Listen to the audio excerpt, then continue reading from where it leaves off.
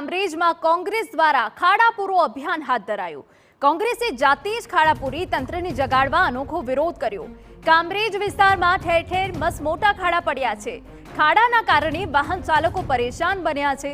અનેક વખત રજૂઆત છતાં તંત્ર દ્વારા કોઈ જ કામગીરી નથી થઈ। વિરોધ પ્રદર્શનમાં સુરત જિલ્લા કોંગ્રેસ પ્રમુખ સહિત કાર્યકરો હાજર રહ્યા।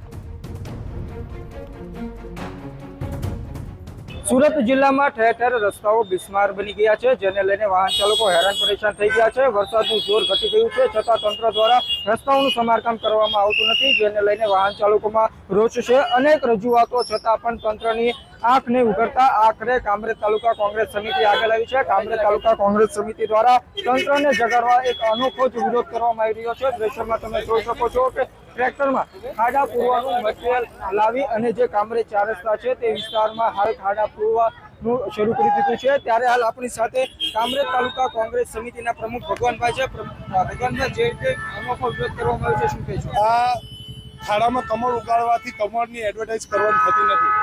ખાડા પૂરવાના છે। તિરંગા યાત્રા જે રીતે તિરંગાનું જે સન્માન જળવાય છે ને એ રીતે આ ખાડાઓ પૂરે નહીં, આ દેશનું સન્માન જળવાવું જોઈએ। ભાજપ ગુજરાતમાં અને કામરેજ તાલુકામાં ભ્રષ્ટાચારથી ખતખતી રહ્યું છે। કોઈ પણ અધિકારીને ફોન કરી શકાતો નથી।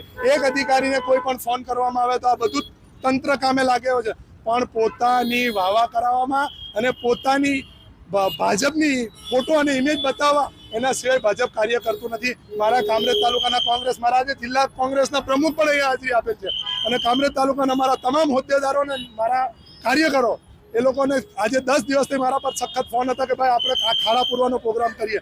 અમે નક્કી કર્યું કે આપણે ખાડા આજે આખો દિવસ અમે ખાડા પૂરશું। કામરેજ તાલુકામાં અમારાથી જેટલું બને એટલા ખાડા પૂરશું, પણ આનાથી ભ્રષ્ટાચાર વિરોધ ખાડા પૂરીને કરીએ છીએ અને આ ખાડા ભાજપ તંત્ર અને ભાજપ શાસનમાં છે તો ભાજપે પૂરવાના તે કોંગ્રેસ પૂરી રહી છે। લોકોએ વિચાર કરવાની જરૂર છે, લોકોએ જાગવાની જરૂર છે।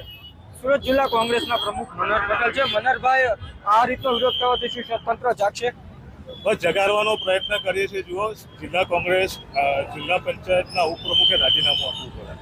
આ ભ્રષ્ટાચારના ભવારાઓ ભારતીય જનતા પાર્ટી કરે છે, કોંગ્રેસ એને ઉજાગર કરે છે અને જે ભાજપે કરવાનું કામ હોય છે કોંગ્રેસ એટલા માટે કરે છે કે આ પ્રશ્ન અમે ઉજાગર કરવા માંગીએ છીએ અને છૂટેલી આ ભારતીય જનતા પાર્ટી જાગે, આ બોગસ સરકાર જાગે, એ જ અમારો પ્રયત્ન છે। જય હિન્દ, જય કોંગ્રેસ।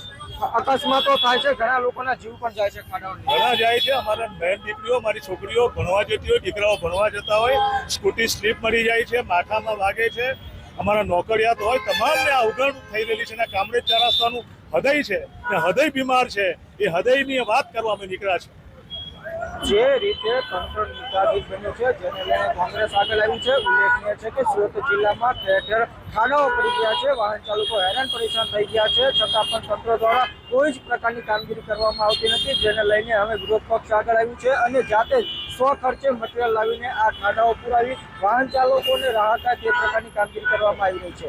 મેહુલ ફોકળવા, TV9 સુરત।